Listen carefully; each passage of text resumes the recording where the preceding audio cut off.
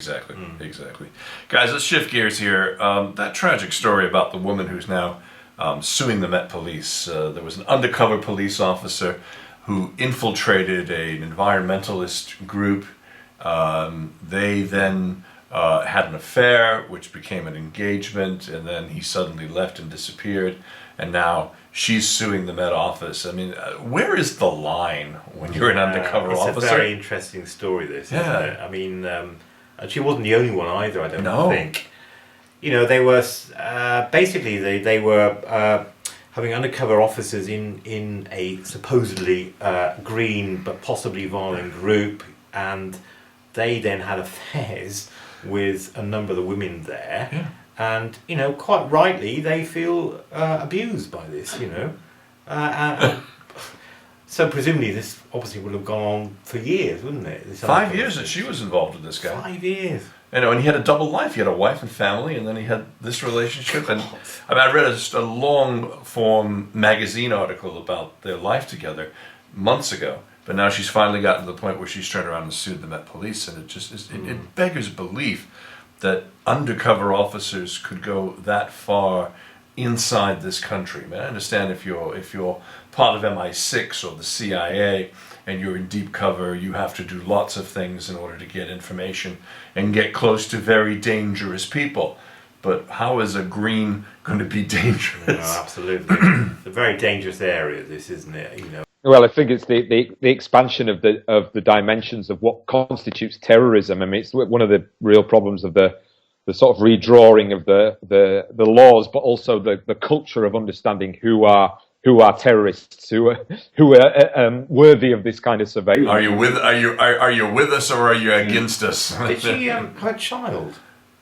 With him? One of them did, didn't they? There was one woman who did have a kid. It was her. I don't know if this is the woman who sued. Okay.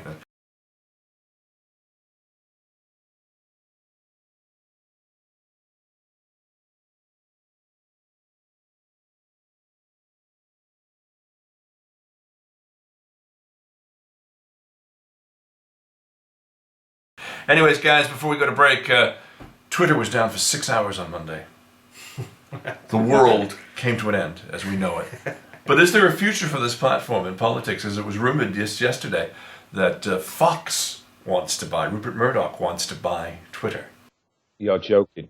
I'm not joking. They'd actually made the business press yesterday in the midst of all the other carnage, and everybody had a collective meltdown and heart attack. The thing is, so much comes out on these things, because politicians make announcements on Twitter, don't they? Oh, they fight on Twitter now. They fight, and with the I think I'd have to quit.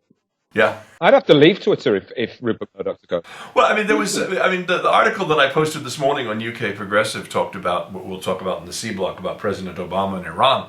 And the instant these sailors were taken hostage, all of the presidential candidates on the Republican side jumped on Twitter to say, you know, weak president, weak president, weak president. And before the last tweet went out, they were already freed. And we'll talk about all that in a few minutes when we come back. But it's such a knee-jerk reaction for politicians, for journalists, for celebrities.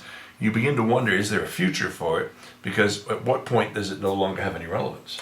I mean, there was the issue as well was that it was one of the number of platforms. It's the biggest one by far now, isn't it? Yeah. And a number of them are. No. Facebook is. Oh yeah. I'm sorry. Enormous. Facebook. It's basically Facebook. Yeah. Am I right? Facebook and Twitter. Instagram is slightly smaller. Well, the thing is that Instagram and Snapchat are bigger among the 16 to 25, I think, category. So basically, the demographic of who's using what has moved. Facebook now is kind of common garden, you know, mainstream. You gotta be on them all now. You gotta be on them all. Yeah, I'm going to do a lot of Instagrams. You know, I'm down with the kids, me. Well, you know, if you put it on Instagram, then it comes on to Facebook and Twitter, so you're all set. Oh right. Sure, the kids would be really pleased to hear that, Phil.